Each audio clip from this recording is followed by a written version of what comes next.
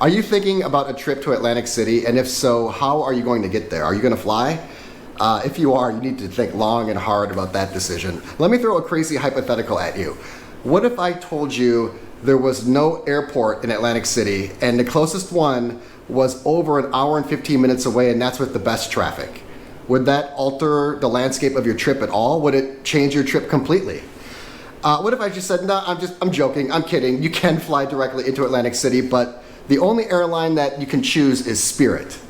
Then what would you say? Would you say yes? Would you say no? Would you even go at all? Well, what if I told you I wasn't joking at all, and both of those things are true? Then what would you think about a trip to Atlantic City? I indeed just went to Atlantic City for the first time ever, and I chose to fly there. And in this video, I'm going to show you what I chose to do. I'm going to talk about 4 huge, regrettable mistakes that I made. And I'm going to talk about one life-saving travel hack that I happened to find along the way that will change the way I travel forever. So indeed, the only way to fly into Atlantic City directly is to choose Spirit Airlines, and for me, that's a non-starter. It's a deal breaker. The conversation is over before it even begins, and that's not because I'm pretentious or condescending or too cool. I'm from Wisconsin. I'm a man of the people. And in fact, I've tried to fly with Spirit on multiple occasions in the past. I've booked 3 separate tickets on 3 separate occasions. Guess how many Spirit flights I've actually taken? 0. That's right, not one has ever left the tarmac. So to say I'm scarred would be a major understatement, but I may have to get over that trauma because the next closest airport is the Philadelphia airport, and that was mistake number 1. Has anyone been to the Philadelphia airport lately? It is an abomination. It might be the worst airport in the country. It makes O'Hare look like the Taj Mahal. It is massive, overpopulated, uncomfortable, and old. The dining options were limited, and navigating it was horrific. A lot of people say that Atlantic City is in decline, and that really wasn't my experience. However, if it's true, I think we need to take a hard look at how we get there. If you're flying into it, the only way to fly in directly is Spirit Airlines. That's option number 1. Option number 2 is the Philadelphia airport, which is in another state and over an hour and 15 minutes away. If you want to avoid the Philadelphia airport altogether, which I don't blame you, then you need to take a look at either Trenton or Newark, but those are going to add another 20 or 40 minutes on top of an hour and 15, which is going to put you at an hour and 45 minutes, maybe even 2 hours, and that's after a flight. Here's a trivia question for you. How many major big-time U.S. destinations are over an hour away from a major airport? You have Disney World, Disneyland, a half hour, the Las Vegas Strip, 15, 20 minutes, Mall of America, 5, 10 minutes. And if indeed Atlantic City is in decline, I think you have to take a look at how hard it is to get to that city. So that was mistake number 1. Mistake number 2 was an afternoon flight. Delta only had 3 direct options into Philadelphia. That's on Delta, but they were a super early morning, an afternoon, and then an evening. And because I didn't feel like being at the airport at 4 o'clock in the morning, I chose the afternoon option. That landed me in Philadelphia early evening, and looking back, I just should have toughed out that early morning flight. I'll touch more on this later. Because I didn't want to deal with the rush hours of both the Philadelphia airport and Philadelphia in general, I booked a hotel at the airport for the night, and that was mistake number 3. Now, the Marriott that was located at or inside the Philadelphia airport was actually okay. It wasn't nearly as bad as the reviews made it out to be. It was one of those old school Marriotts, you know what I'm talking about, the ones that were built back in the day that were built with quality, meaning, and purpose. The rooms were decent, and I actually really enjoyed the bar downstairs, but staying in Philadelphia for the night was complete overkill. Here's my rationale for booking a hotel for the night. My thought was that I didn't want to have a long travel day and arrive in Atlantic City tired and exhausted, because that would just put me back maybe a day or 2. So rather, I decided to rest and relax in Philadelphia for the night, wake up early, and arrive in Atlantic City rested and rejuvenated.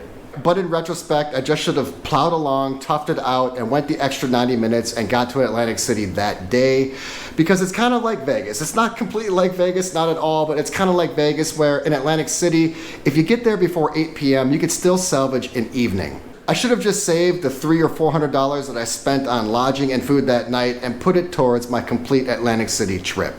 Before I get to mistake number 4, which is absolutely the most critical, let me recap. Number 1, flying into Philadelphia. Avoid that airport. Number 2, taking an afternoon flight. I'll explain that in a second. Number 3 is staying overnight at Philadelphia, it's overkill. Just get right to Atlantic City. So before I tell you about number 4, let me tell you the silver lining in all of this. Because Philadelphia is an hour and 15 minutes to an hour and 30, hour 45 minutes away, depending on traffic, you are going to need to arrange transportation.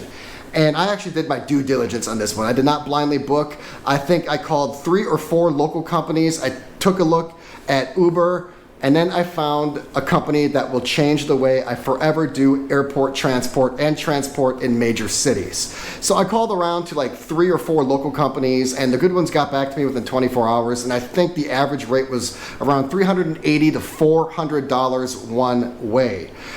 For me, that's just crazy, so then I automatically went right to Uber, and I saw that the Uber Black car was about the same price. $300 for an hour and 15, hour and 30 minutes. That just seemed like way too much. And while I was searching for all of these companies and looking at the Uber, this one advertisement kept on popping up over and over and over again. I've never heard of Blacklane before, and I ignored the advertisement and the website for the first couple of days because I was highly skeptical. It was completely automated, no one behind the phone to give me an actual quote. And the last thing I need is another duplicate Uber app on my phone or just in my ecosystem in general. So I avoided it. But because the prices were so insanely high for all the other options, out of desperation, I just put in the info and Blacklane, and I'm so glad that I did. The price for Blacklane for a huge SUV, everyone else was quoting $350, $400, $420. Blacklane came in for an all-inclusive price, tax tip, $205. Now here's the problem. Blacklane is a little too good, and this phenomenal service actually got me into trouble because in the notes to the confirmation they said you can cancel or edit your trip within an hour of pickup. So I think my pickup was around 11 o'clock. I wanted to get there around noon. Check-in is around 3, so I didn't want to get there too early. So I woke up the next morning all ready to go. I looked in my suitcase, and yours truly made a vlogging cardinal sin. I forgot my tripod. And I was like, oh, no problem. I'll just pick it up in Atlantic City. Surely there's a Best Buy, Target, Walmart there. No, there's nothing there. There isn't even a UPS store, which I'll touch on in another video. So there's basically no infrastructure in Atlantic City, so now I'm scrambling. Now I gotta go to Philadelphia to get a tripod. So I used this edit feature or this reschedule feature with Blacklane, and I weaponize it. I'm pushing my transportation back an hour at a time. Now all of a sudden, I think I'm out to like 2 or maybe even 3 o'clock. And that was a major mistake, because if you've been to Philadelphia or really any major city, DC, Dallas Metroplex, of course out in Southern California, leaving at 2:30 or 3 p.m. is highly suspect. If you want to avoid traffic, you should really get on the road before 1 o'clock. And I ran into Philadelphia traffic. And it pushed my trip back probably another 30 minutes, maybe even 45 minutes. I think my overall trip probably took an hour and 45. And at that point, I was really questioning Atlantic City. Getting to Atlantic City is troubling enough because there really isn't a legitimate direct option. You really need to be a logistical master and be precise with your scheduling. You should probably leave in the morning, land around noon, and have transportation pick you up before 1 if you want to mitigate all potential setbacks. And if Atlantic City truly is in decline, which I didn't perceive, it seemed actually pretty bustling, I can definitely see why. I just can't believe a city that wants to perhaps rival Vegas or be a legitimate top destination doesn't have legitimate flight options. So those are my 4 mistakes, but thank goodness I found Blacklane. Now I did try Blacklane a few times afterwards in more kind of rural or not huge metro complexes, and it was pretty expensive. But I'm thinking in major areas, it's definitely an option that you should consider, especially with its instant quote system and 1-hour cancellation policy. So that's it, guys. Atlantic City content coming up. 4 awesome hotels. You probably know which ones I'm going to. I hope you guys really enjoy the content, and things are just getting started for the next 6 months. You are not going to believe the lineup that I have in store. I hope you enjoy the Atlantic City content, and I will see you in that video.